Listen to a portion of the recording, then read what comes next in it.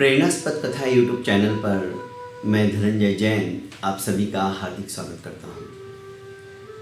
दोस्तों, एक गांव के अंदर एक कंजूस बुढ़िया रहती थी।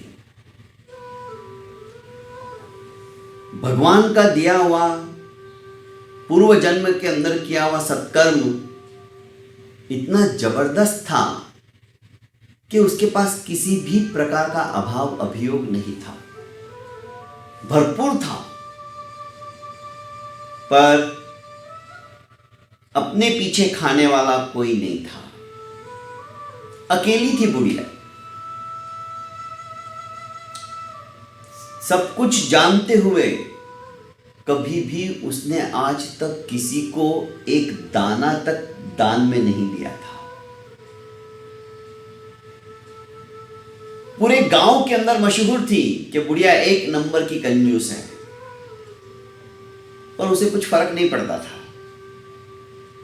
यहां तक कि उस बुढ़िया की चर्चा गांव में नहीं शहर में भी होने लगी और धीरे धीरे तो शिवलोक में भी होने लगी। शिवलोक में होने का कारण ये कि वो बुढ़िया कंजूस थी पर थी शिव भक्त। हमेशा मुंह से उसके ओम नमः शिवाय, ओम नमः शिवाय, ओम नमः शिवाय, ओम नमः शिवाय की धुन निकलती रहती थी। लोगों को आश्चर्य होता था, इतनी शिव की परम उपासिका होते हुए भी ये बुढ़िया किसी को कुछ देती तक नहीं। बड़े बड़े संत महात्मा आते पर वो टाल देती, बोलती कि क्या मेरा ही घर मिला तुमको, जाओ किसी और के घर पे जाकर भिक्षान्न मांगो, मैं कुछ देने वाली नहीं। इस तरह से हरेक को शब्दों का प्रयोग कर अपने घर पे आए हुए अतिथि सत्कार तो दूर रहा, किसी संत महापुरुष को भी वो कुछ नहीं खिलाती थी। दोस्तों,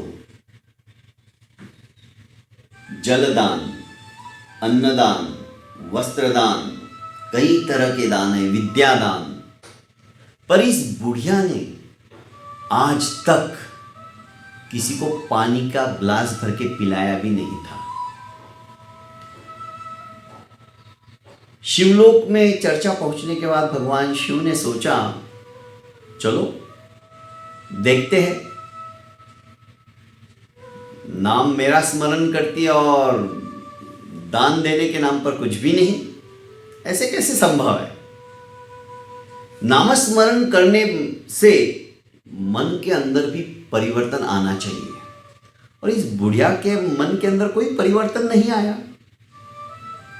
चलो चल के देखता हूं। भगवान शिव ने एक ब्राह्मण का वेश धारण किया और भिक्षाम देहि की रट उसके दरवाजे के ऊपर आकर लगाई। बुढ़िया ने कहा कि बाबा आगे जाइए, अभी तो कुछ मैंने अपने लिए ही नहीं बनाया है, तो आपको क्या दूंगी, बाद में आना। बोले भंडारी ने सोचा कि चलो गांव की परिक्रमा करके आता हूं। चले गए। 3-4 घंटे के पश्चात जब वापस आए, भोजन का समय हो चुका था। फिर से रट लगाई कि भिक्षाम देहि।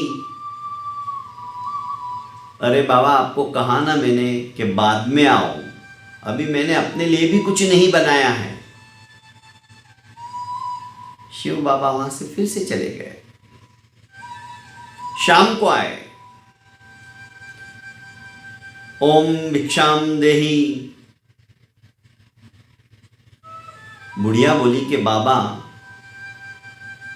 मैंने तो खाना बना के खा भी लिया, अब तो कुछ भी नहीं बचा है, और अब तो सूर्यास्त होने आया है,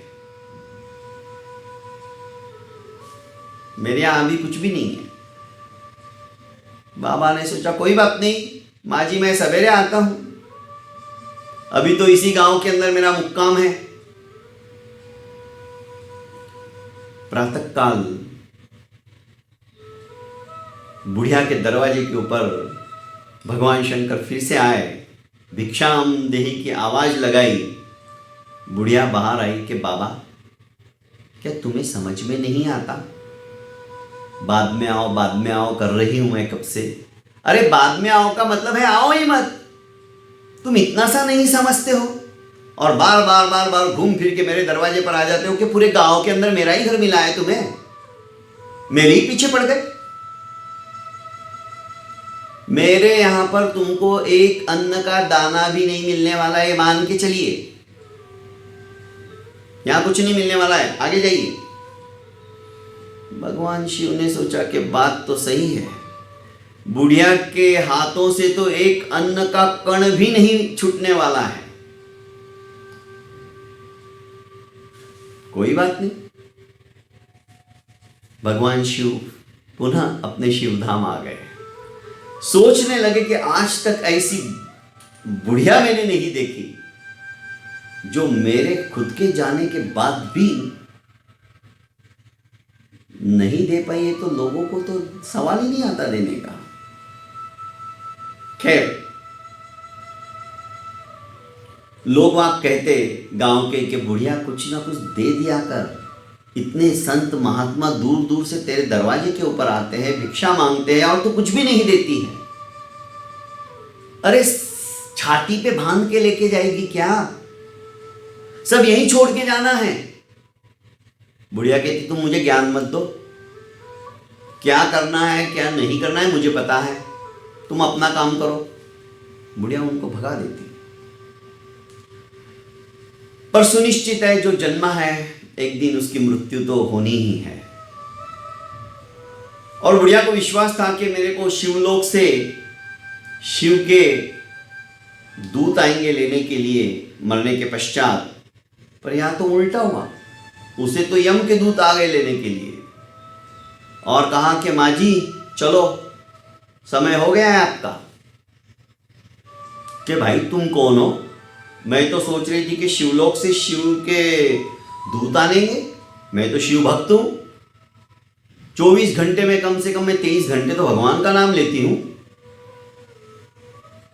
ऐसा नहीं हो सकता है कि माँ जी हम तो यम के दूत हैं और तुम्हें नरक में ले जाने के लिए आए। बुढ़िया को विश्वास ही नहीं हो रहा था। इतने साल से मैं शिव शिव शिव शिव ओम नमः शिवाय का जाप कर रही हूं, क्या उसका फल मुझे नरक में लेके जाना पड़ेगा? ऐसा नहीं हो सकता है।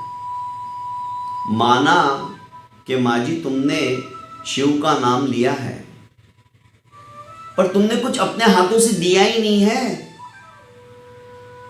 ऐसे लोगों को तो नरक में ही लेके जाना पड़ेगा ना।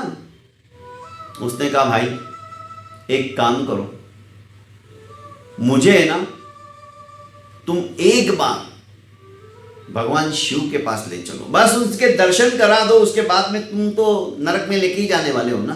कोई बात नहीं, मैं नरक में भी चली जाऊंगी, पर इतना जाप किया है उसका कुछ तो मेरे को दर्शन तो करा दो।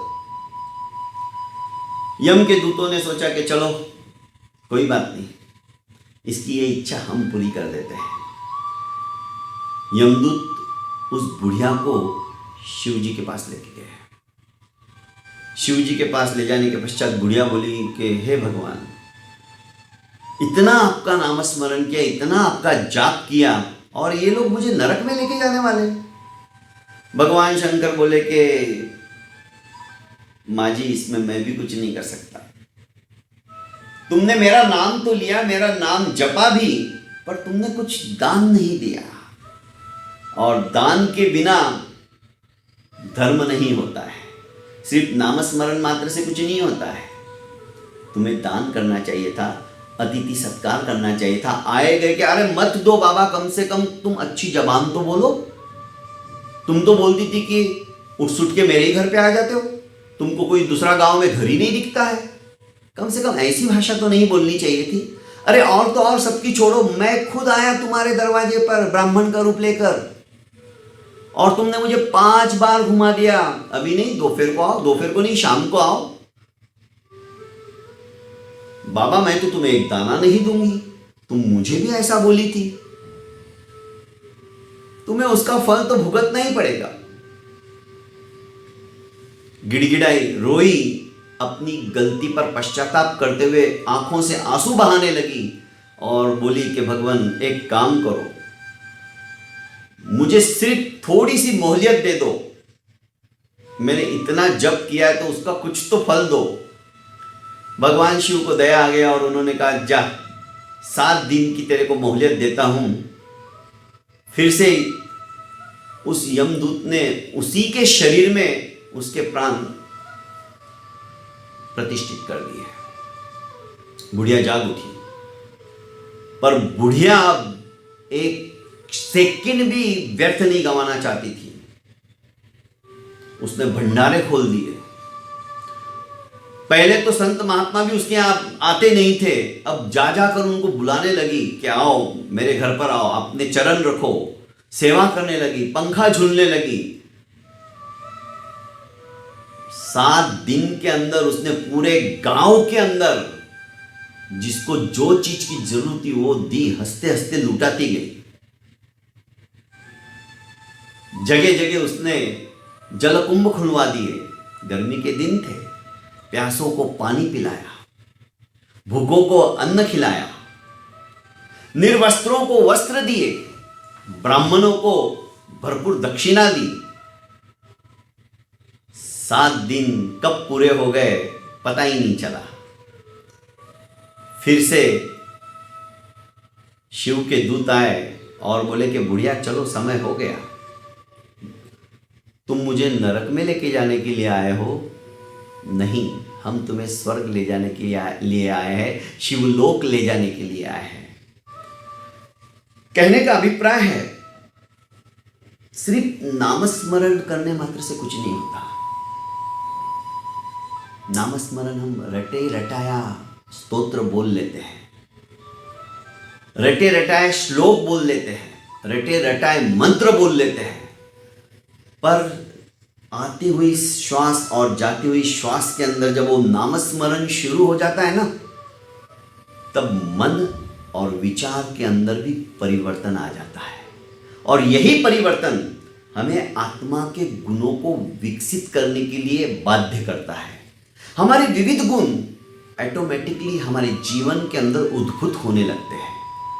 हम सत्कर्म करने लगते हैं, गरीबों की सेवा करने लगते हैं, दीन दुखियारों का दुख अपना स्वयं का दुख समझकर उसकी शुश्रूषा करते हैं। दोस्तों, जब इस तरह की भावना हमारी प्रकट हो जाती है, समझ लीजिए नामस्मरण के साथ साथ हमें सिद्धत्व, बुद्धत्व और मुक्तत्व की प्राप्ति भी हो जाती है। बहुत बहुत धन्यवाद।